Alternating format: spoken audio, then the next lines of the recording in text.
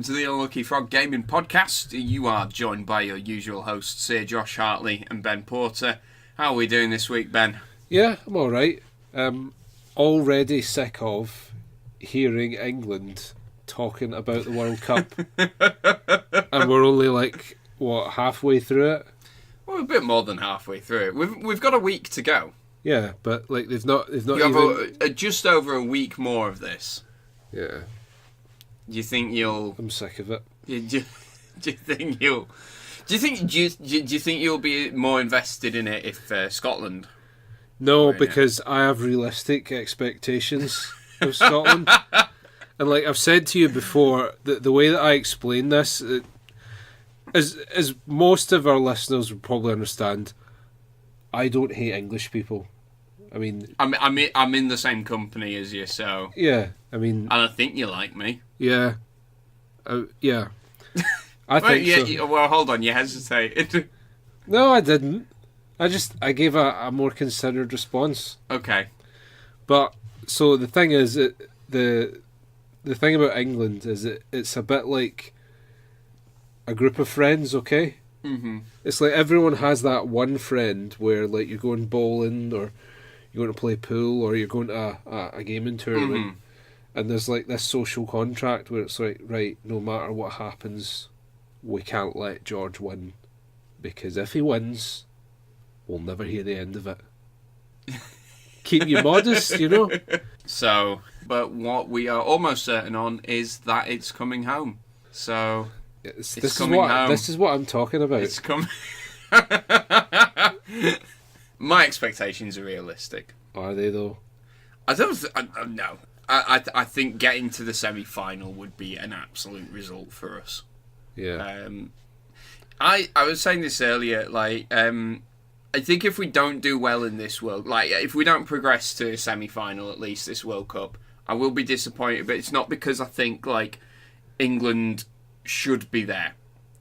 It's more that this has been our best chance for a long time, just the way that the groups have aligned, the way that things have fallen and our matchups right. have happened, and that's why I would be disappointed.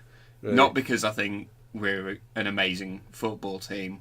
We're all right, but there's much better outfits out there. Yeah. Right. Enough of that. Yeah. Sorry. Guys, this is what I'm talking about. Back to the Unlucky Frog Gaming Podcast rather than the Unlucky Frog Football Podcast. Yeah. So, we've got some announcements, first of all. A bit of housekeeping. We've got a couple of new patrons. Yes. Via Patreon. Yes.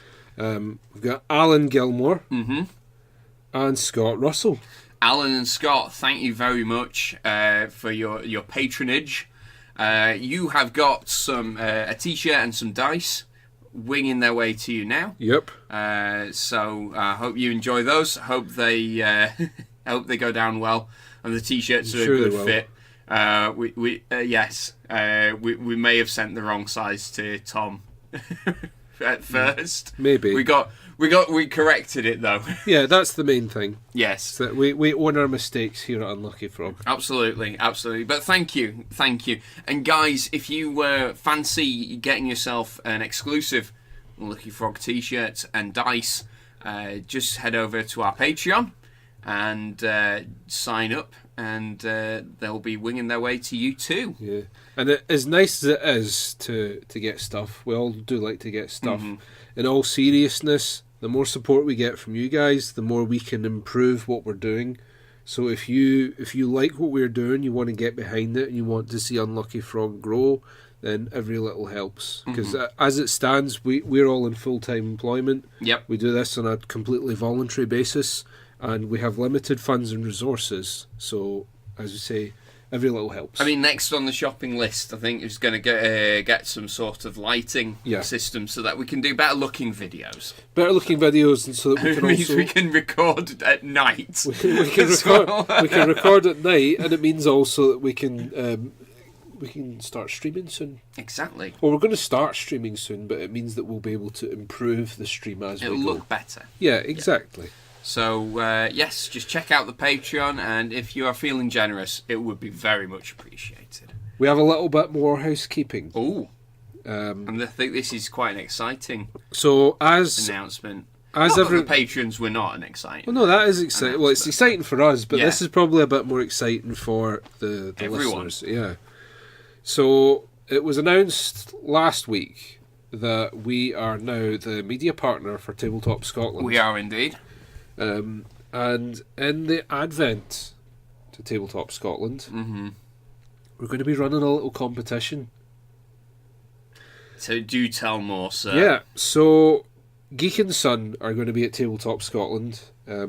For those of you who don't know who Geek and Son are, they make bespoke gaming tables. Premium tables as well. Premium. These are luxury, the nicest of the nice. Yeah, they're not just nice gaming tables, they are nice pieces of furniture. These are your Ferrero Rochers of nerd furniture. Yeah, definitely. So they're going to be at Tabletop Scotland. We are going to be able to offer one lucky winner the chance to play for 2 hours on a Geek and Son table at Tabletop Scotland on the Sunday. Yes, so 2nd of September. For 2 hours you get to whatever you want as well, within reason. We can you can play for 2 hours at the Geek and Son table, and if you want, you can play against us as well. Or with us, depending on what they choose. Yes, it could be a co-op game. Could be a co-op game. Yeah.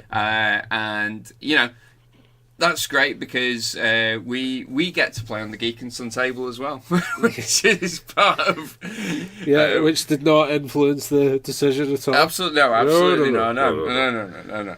So you and a couple of your friends, probably, depending Yeah. on what game you choose, of course, will be able to game on the Sunday at Tabletop Scotland for 2 hours on a Geek and Son table. If you want to be in with a chance of doing this, because rather than do like the boring pulling a name out of a hat, Yeah. what we thought is we would make it a bit more interesting, and also with it being a podcast, perhaps give us a bit of material to read out on the air. So, if you want to be in with a chance of winning this, you need to write to us, telling us why we would want to play with you at the Geek and Son table. Are we sure we want to do this? Why? I just fear that we could. I feel we are opening ourselves up for some serious ridicule here. Well, that's the point. Is it's going to swing between ridicule and there's going to be some ass kissers out there as well. Yeah, we might pick one of them. Yeah. But I mean, ridicule's quite funny. Yeah. I mean, if it's outright offensive, we're not going to pick you. Don't be too horrible, guys. Yeah. I'm fragile. Yeah, I mean, like, if you try and say something like, I think I should play in a Geek and Son table because I could ruin the Unlucky Frog team's life and could also make them never want to play Shadespire again because I'm so awesome. Probably not going to want to play with you. Yeah. You got to make it sound at least a little bit appealing, but, you know, but entertaining. Yeah, we will reward creativity, so we want people to think outside the box with this. Mm-hmm. So, how long have people got to enter in? So, the winner is going to be announced at 7 p.m. on the 30th of August. If you go to www.unluckyfrog.com/competitions, all the details are there. We'll also post that link in the show notes. Yep. So you can go there, do it that way. There you go. Good luck. Yes, get typing, folks. Looking forward to reading the I was looking responses. forward until you said that. Now It'll be I'm a fine. bit scared. It'll be fine. The internet's not full of mean people. Like, oh yeah. It's Absolutely. usually, it's always like measured responses, right? Yeah, And, definitely. yeah, well thought and Because on the one hand, sensitive. I'm a little bit scared, like, you know, will we get death threats and stuff like that? But then on the other, I feel like you've kind of made it when you're at the stage where you're getting death threats. You're You're nobody if someone out in there in the world doesn't want to kill you. Yeah. Like, basically. That's what I think. There we go. Don't send us death threats. We will report them to the police. Yeah, on a serious note, we will. You will have the full force of Police Scotland on you if you send us death threats. Yeah. Anyway. Yeah. What have we been up to this week then? It's been a fairly busy week, I'd say, gaming wise and work wise. Aye.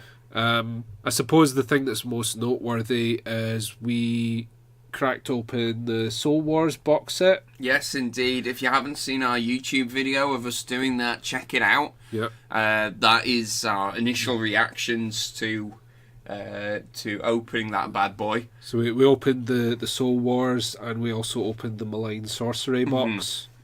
So that was all the cool new stuff for the new edition of Age of Sigmar. We later on in the afternoon, where we shot that video, we actually sat out the back and we built everything up.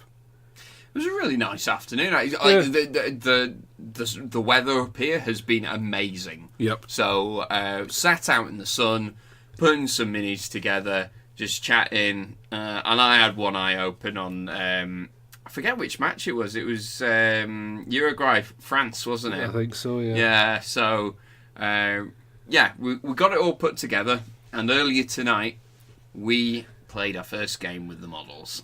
So first game of the new edition and first game with the new models. So it was an evening of a lot of firsts. Yes.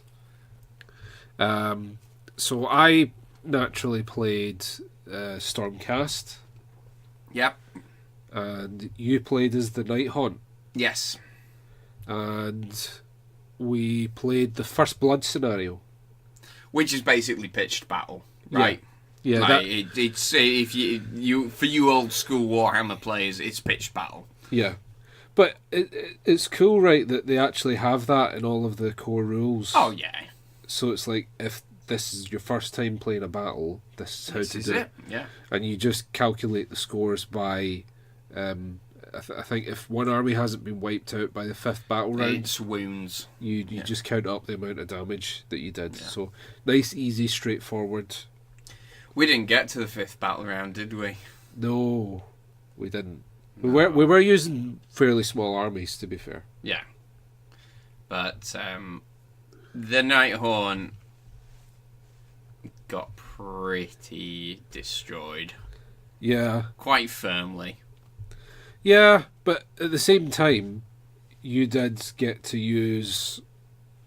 Well, we actually managed... I think the game ended, we had 3 endless spells on the table. Yes, and I'm really glad I managed to actually cast Purple Sun. So the first one we got to the table was the Life Swarm. Which didn't feel like it did an awful lot. No, well, that's because you Purple Sunned the Arcanum. I mean, that does help. But it was actually healing my Vocator unit quite a bit. You know, like one of my elite units. They were disgusting. They were absolutely horrific. They're scarier than any of the ghosts in that box. Do you think so? Yes! You wiped out an entire unit with them. Yeah. So it does bring me on to, though, I've got the War Scroll cards here. One of our main complaints about Games Workshop is ambiguous rule writing. Yes. And for a while, they seemed to be on point with it. Yeah. But there's been a couple of rules that we've come across, and we've read it, and we've gone, right, okay, I've got that. And then we go, hold on. Come back to it, and it's like, what? So, the particular ability you're talking about with the Evocators is the Celestial Lightning Arc. And so the fluff for it is, Evocators summon bands of Celestial Lightning that arc between their Tempest Blade and Storm Stave, and can be used to deflect missiles or blast the enemy to Smouldering Ruin. So that sounds awesome. Yeah. Yeah. So the way it functions is, in the shooting phase, reroll save rolls of 1 for this unit. Which makes sense. Fairly straightforward. In addition, after resolving this unit's attacks in the combat phase, pick one enemy unit within 3 inches of this unit and roll 2 dice for each model in this unit. So which unit is this unit? So this Is it the enemy unit, or is it the unit of evocators? So the last bit is for each roll of a 4-up, the enemy unit suffers 1 mortal wound. Which is gross, right? Either which way, actually. Either way, so on the one hand, so one way you can interpret it is that the lightning's arcing between the models in the enemy unit, which makes sense. But the other way that you can interpret it is if it's each of the models in the evocator unit itself. As you pointed out, it makes them scary against characters. Yep. So character murderers. Either way you interpret it, it's scary, but it's ambiguous, right? Yeah, that's kind of an important thing to know, because what I did was slammed like a massive unit of these the chain wraith guys, and they got murdered. It's like delete. Yeah. Yeah. I personally, they were man of the match for me. I mean, outside the Purple Sun. The Purple Sun. I think they did more damage than the Purple Sun, but the Purple Sun was just fun. Like for you. Yeah. I lost a guy to it as well. Yeah, but with 1 wound left, like he was already dead.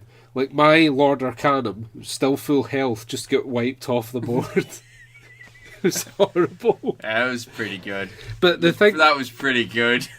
The endless spells don't actually feel that overpowered, I don't think. Yeah. Having said that, no, actually. Because, like we were saying, like if Purple Sun, it really feels like the only time you're going to want to summon that is if you're slightly on the back foot. Is a bit of an equaliser. Yeah. Why would you summon that when you had your full army in front of you at full health? Because it just sits too close to them. Aye. You have to summon it, by the way, guys, 6 inches from the caster, and then you get to move it 9 inches. So 6 inches within the caster. Wholly within the caster. It is really, really close to where all of your guys are. So it's very risky. Yeah. But as was the case with me, I was really far behind in this game and kind of needed a little boost. It gave me at least a shot. It kept you in the fight longer because I think that if you hadn't done that, and if you hadn't dealt with the Lord Arcanum in that way, because he is an awesome character. Yeah. Like, because he's on a Griff Charger, he gets that blink move. Is it Ride the Winds Etheric? So it's like you just roll 6 dice.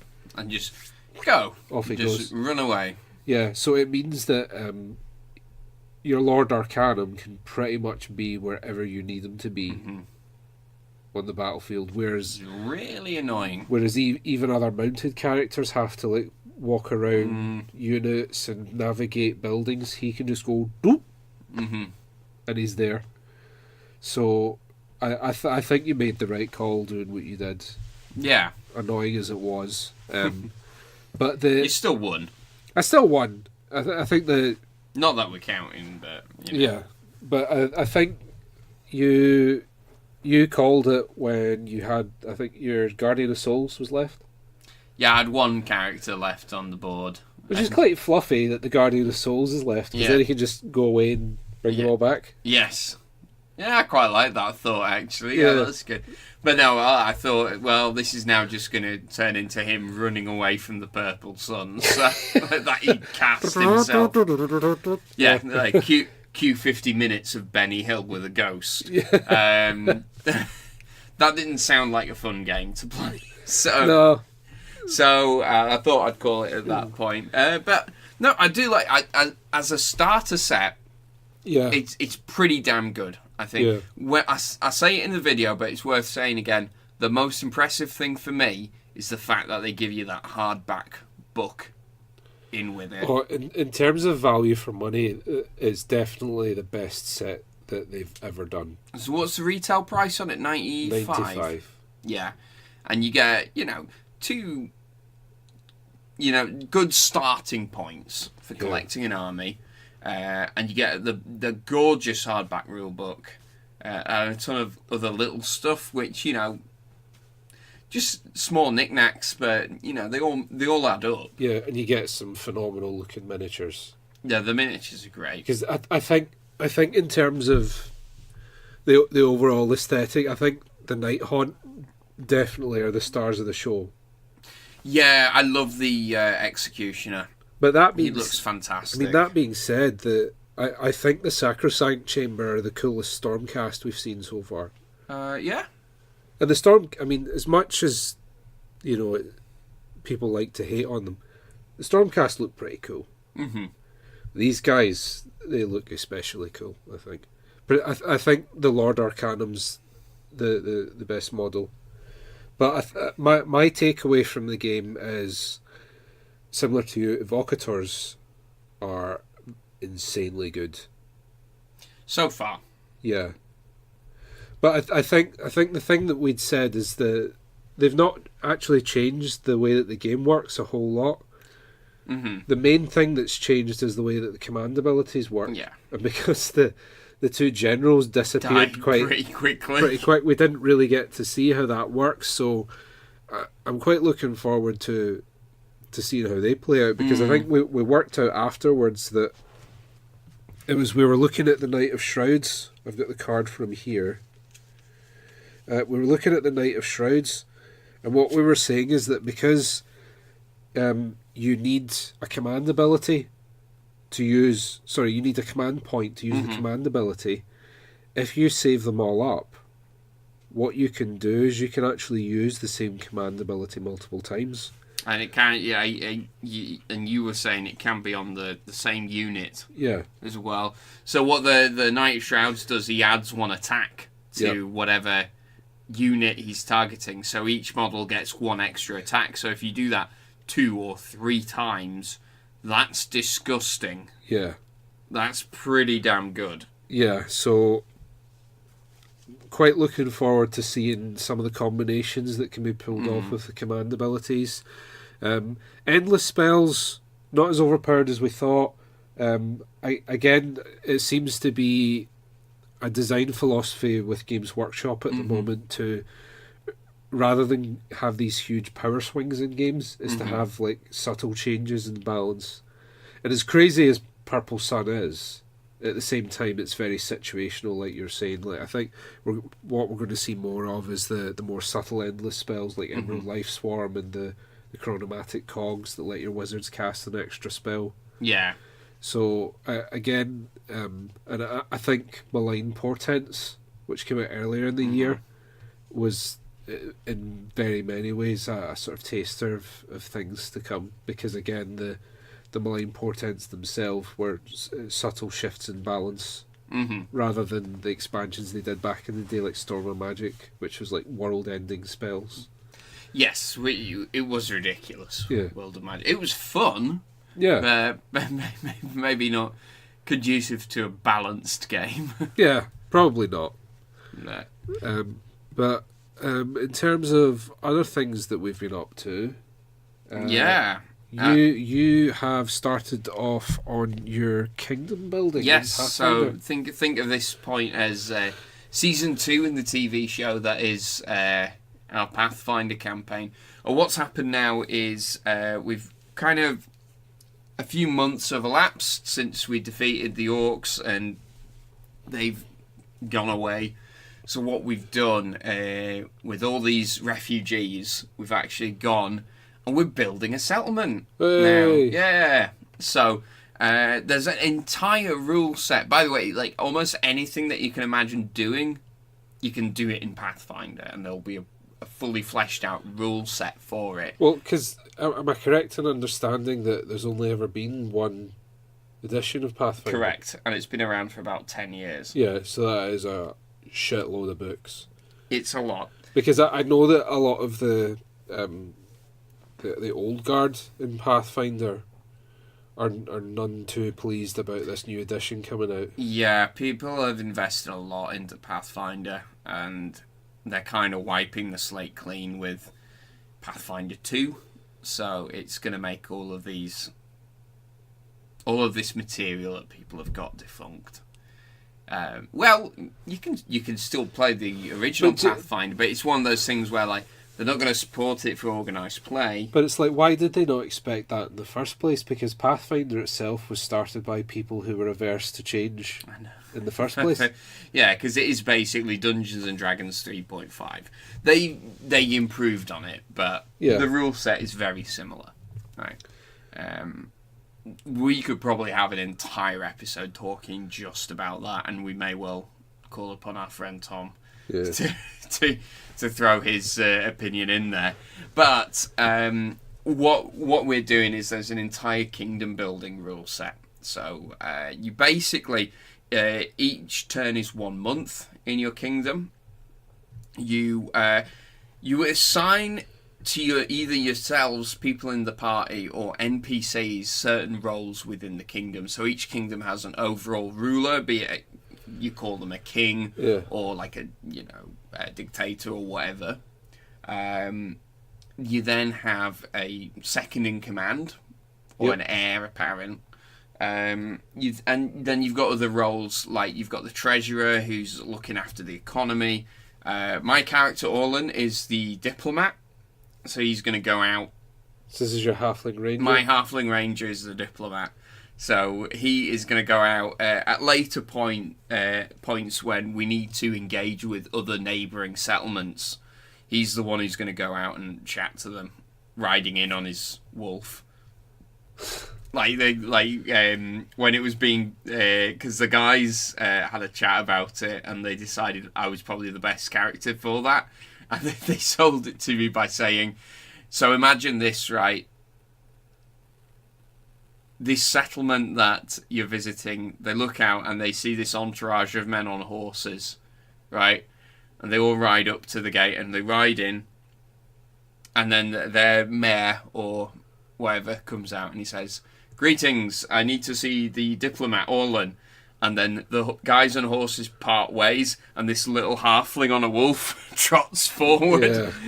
Yeah. Somewhat disarming.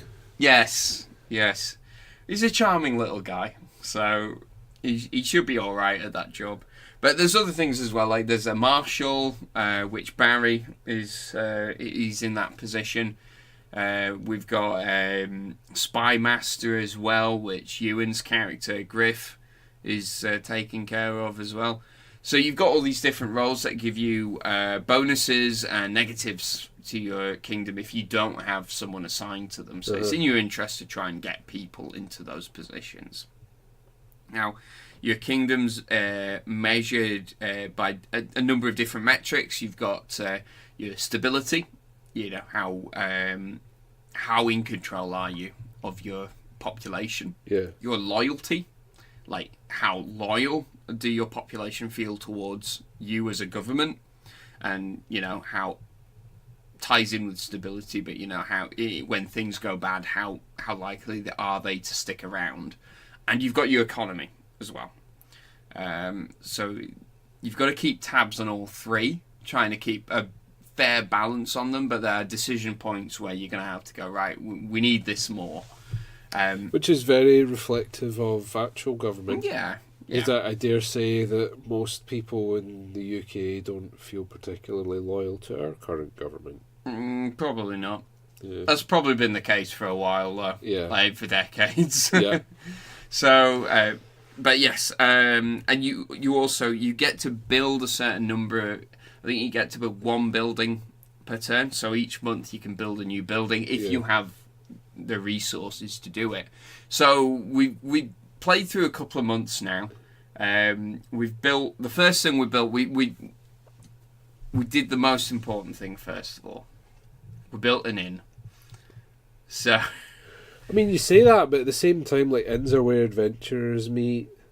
It's a hub of the community. Exactly, and it's probably more realistic in terms of development of a settlement. Mm-hmm. You'd have that first. Yeah, because I mean, if you talk about more recent times, Las Vegas started out as a train station. Yep. That's pretty much all it was. Mm-hmm. And then what happened is a few gangsters moved in. So it's remote, it's not heavily policed, and then they threw up a few casinos and things, and the rest is history. But that's what happens, right? Is that a town doesn't start with, right, let's build a town hall. Yeah. It just doesn't work like that. Aye. So we built an inn. I'm going to check if we can build casinos. Now, build the Las Vegas of Boscan land. Yeah. So, the next thing we built is a mill as well. Yeah. Because food's kind of an important thing.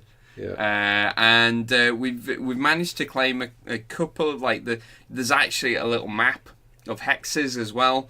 And we've explored this, or rather my character explored the surrounding area on Wolfback because he can do it really quickly. And we've claimed a couple of bits of land next to us to build farms on as well. Nice. So it's all coming together.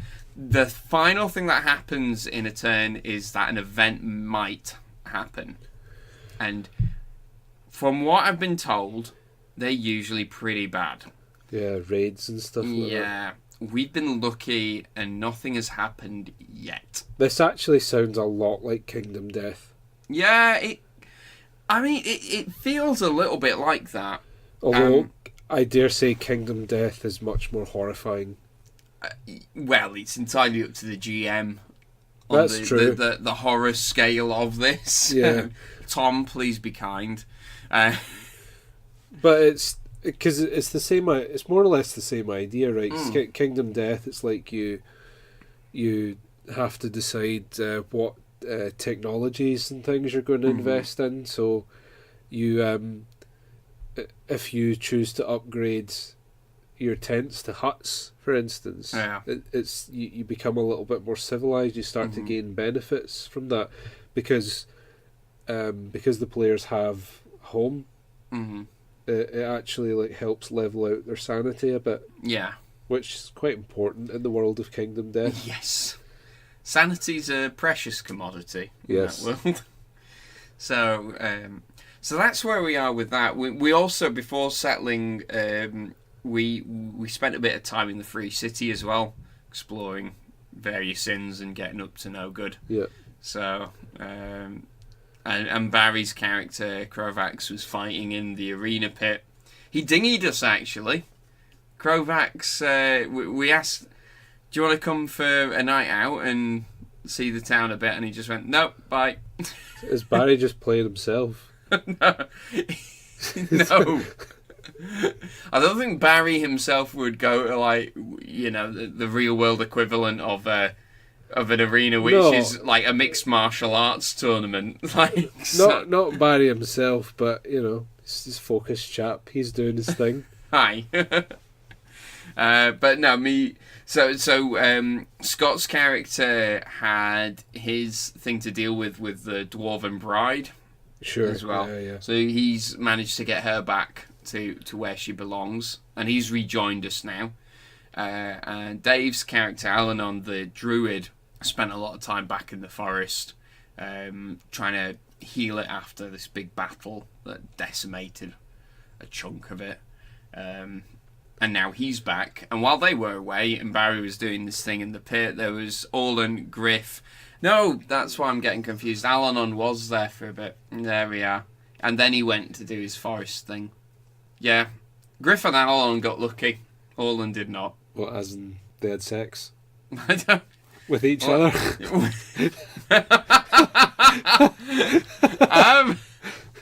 I'll clarify that. No, it was left tastefully ambiguous. Right, it's really ambiguous. So do you want to at least like... Well, basically, right, we did... They went out in the town and they met some ladies. Well, we did a charisma check, right? I failed mine, but those two passed it. And that... Basically, Tom said, that means if you want to attract the female attention and have a companion for the night, that's what happens. Okay. So there we go. So that was like the no one went into a graphic like monologue. Could you imagine? Of them seducing like this woman in this fantasy universe that doesn't exist. Yeah, it's like the table.